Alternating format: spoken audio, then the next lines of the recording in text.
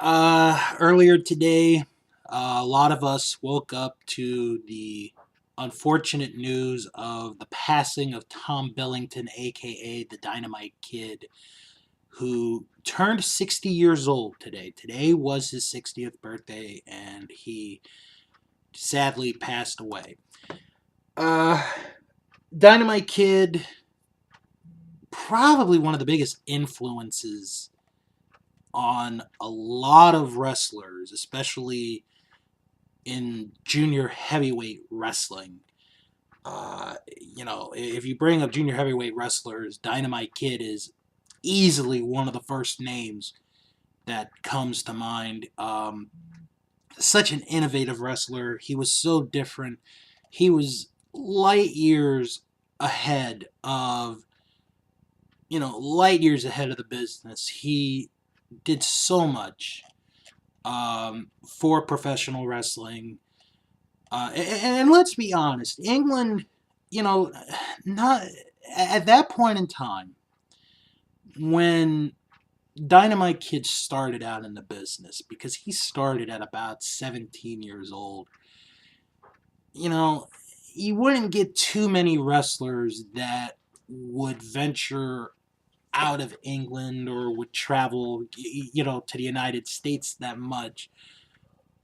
But Dynamite was really one of the more recognizable names of British wrestlers that came from England to North America or to Japan, depending on, where they went.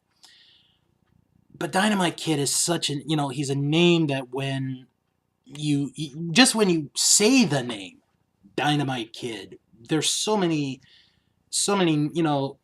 images that you have, either it be him wrestling for Stampede Wrestling, him and the original Tiger Mask Sayama in the early 80s, or the legendary tag team he had with Davey Boy Smith, his cousin, the British Bulldogs.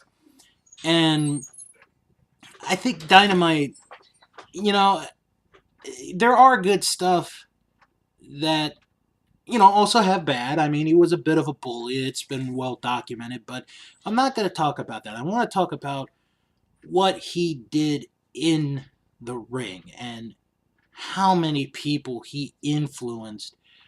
He influenced the next couple generations of professional wrestlers who managed to succeed in this business. One, that comes to mind is Chris Benoit. I mean, Benoit pretty much idolized Dynamite Kid. In a way, you could say he worshipped the ground that the Dynamite Kid walked on. Um, but Dynamite Kid was such an amazing talent. If you read Bret Hart's autobiography, Bret says, and even Bruce said it in his autobiography too, if it wasn't for Dynamite Kid coming to Stampede Wrestling might not have survived as long as it did. Um, and Dynamite, when he got there, he was a heel, and he, was just a nasty heel, but he was a very good wrestler. Um, when he competed, and then he goes to New Japan, and he starts having these series of legendary matches with like I said, the original Tiger Mask, Satoru Sayama. Um, and not only did they have these matches in Japan, sorry, I just had to check my phone. Not only did they have these matches in Japan, but they also had them in the United States. There is a match that I believe is still on YouTube. And if you haven't watched this match, what I'm going to talk about, I recommend you guys watch this match. It is Dynamite Kid and Tiger Mask in Madison Square Garden.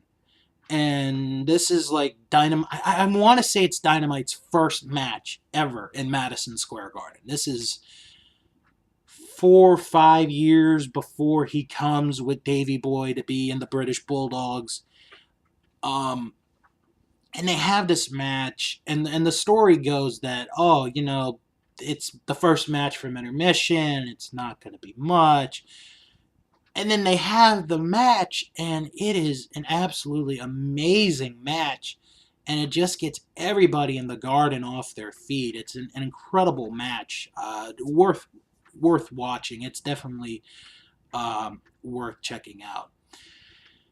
And then he does go to WWF full time in '84, and then eventually he would end up teaming up with Davey Boy Smith, and they would become the British Bulldogs, and they would become one of the biggest tag teams that WWE, WWF, whatever you want to call them, have ever had, that they've ever had.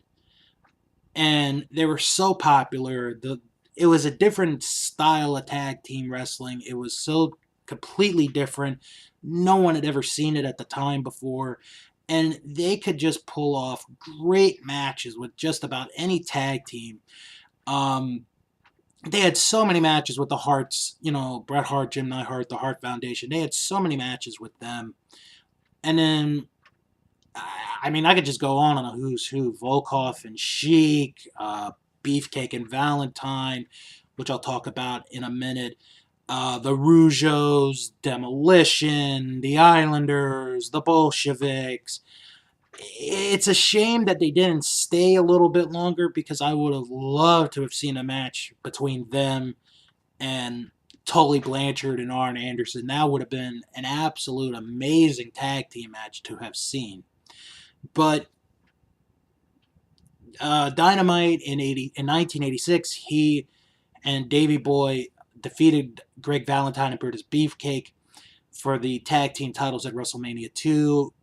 To me, it's the best match of WrestleMania 2, and one of my favorite tag team matches of all time. It just tells a fantastic story, and the ending is an ending that, especially in today's medical world, where if you get a concussion, you're going to be out for a long time. The head is such a, sort of a sacred area, I guess would be the right way to say it.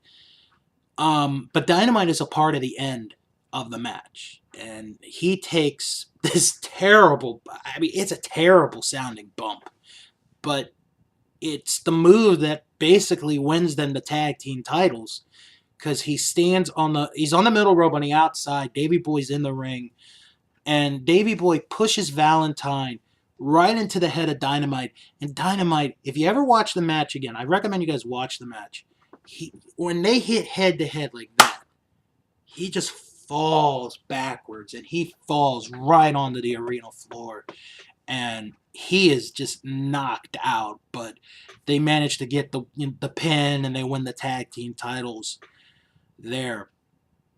And then another thing with Dynamite that I want to bring up, and this doesn't get talked about a lot, because the tournament it's hard to say, but the Wrestling Classic, which was the event after WrestleMania, it was technically the first WWF pay-per-view ever, November 7, 1985. Dynamite is in the tournament, and he has 3 matches. First match he has is against Nikolai Volkov, and all it is, and I could just tell you the match right now, just to save you guys time. Nikolai sings the Soviet national anthem. Dynamite gets on the top rope, hits a missile dropkick. 1, 2, 3. Dynamite wins. Then his second match is against Adrian Adonis, which is a two completely different styles of wrestling. It's not that bad of a match. But his third match, his final match of the night, and easily the match of the tournament, is against Macho Man Randy Savage. And as far as I know, it is the only time the Dynamite Kid and Randy Savage ever had a match against each other. And it is the best match of the entire show, the entire tournament. The ending is so good.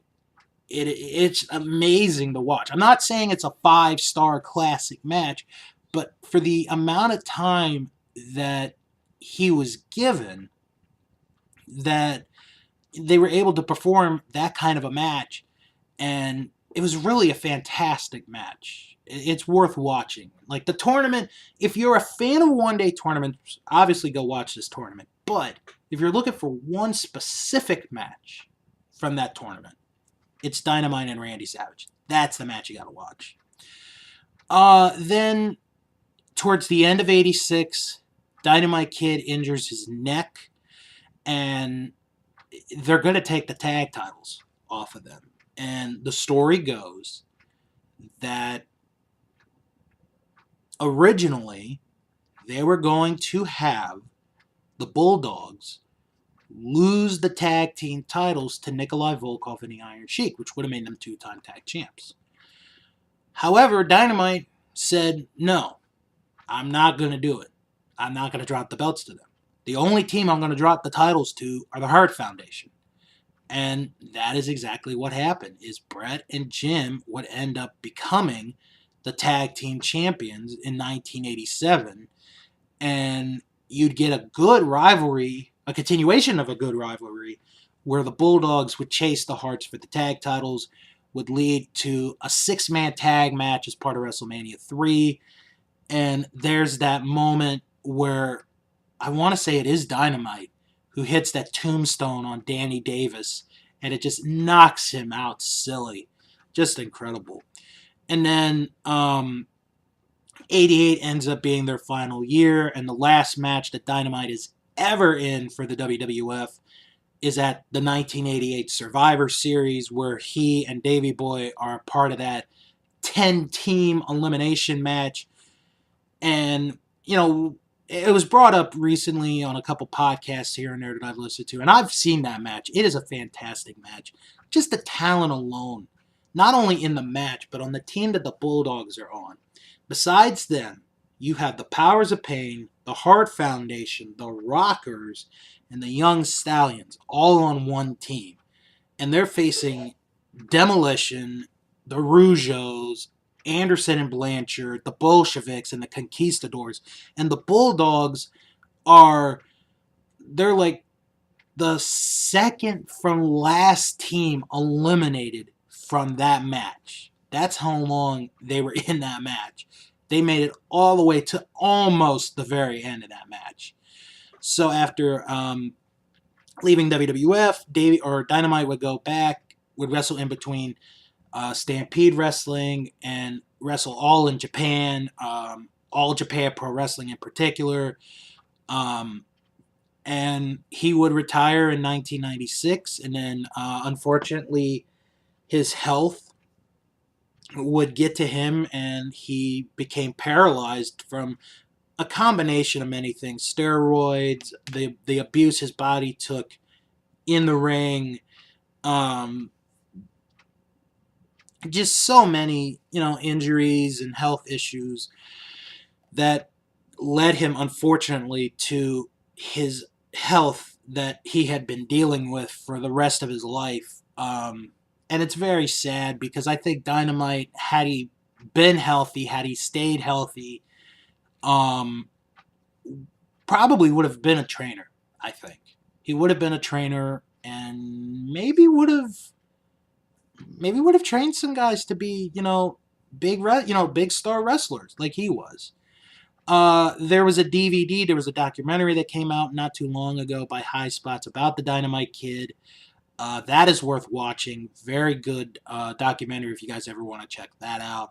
I know he released an autobiography many years ago. I have not read that book yet, but I do have it, so I might check it out, or I might read it sometime in the near future. To go through real quick his accomplishments in the business, in wrestling. I'll start with All Japan. He was a co-holder of the All Asia Tag Team titles with Johnny Smith. Held the International Junior Heavyweight title of the NWA. Was the British Welterweight Champion, British Light Heavyweight Champion, European Welterweight Champion. Held the WWF Junior Heavyweight title. Held the Pacific Northwest Heavyweight title, and was a co-holder of their tag team titles along with the Assassin. Was the inaugural Stampede British Commonwealth mid heavyweight champion, and he would go on to hold that title on 5 separate occasions. Was a co-holder of the international tag team titles on 6 occasions. Held the North American heavyweight title. Was a 4-time holder of the world mid heavyweight title.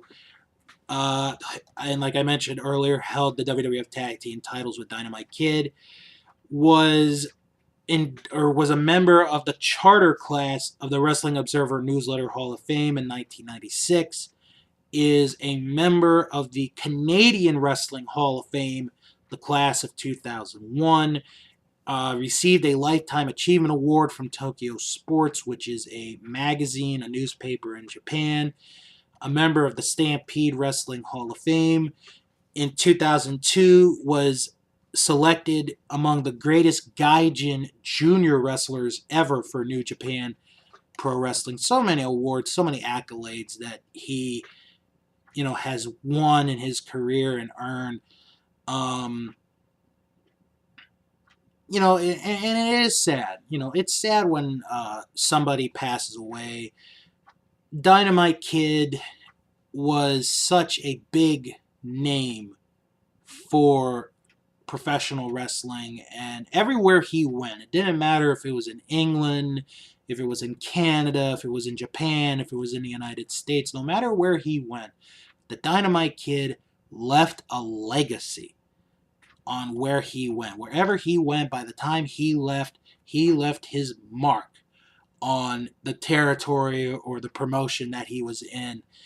And obviously, when you talk about the greatest junior heavyweights of all time, Dynamite Kid is going to be one of the first names mentioned right off the bat.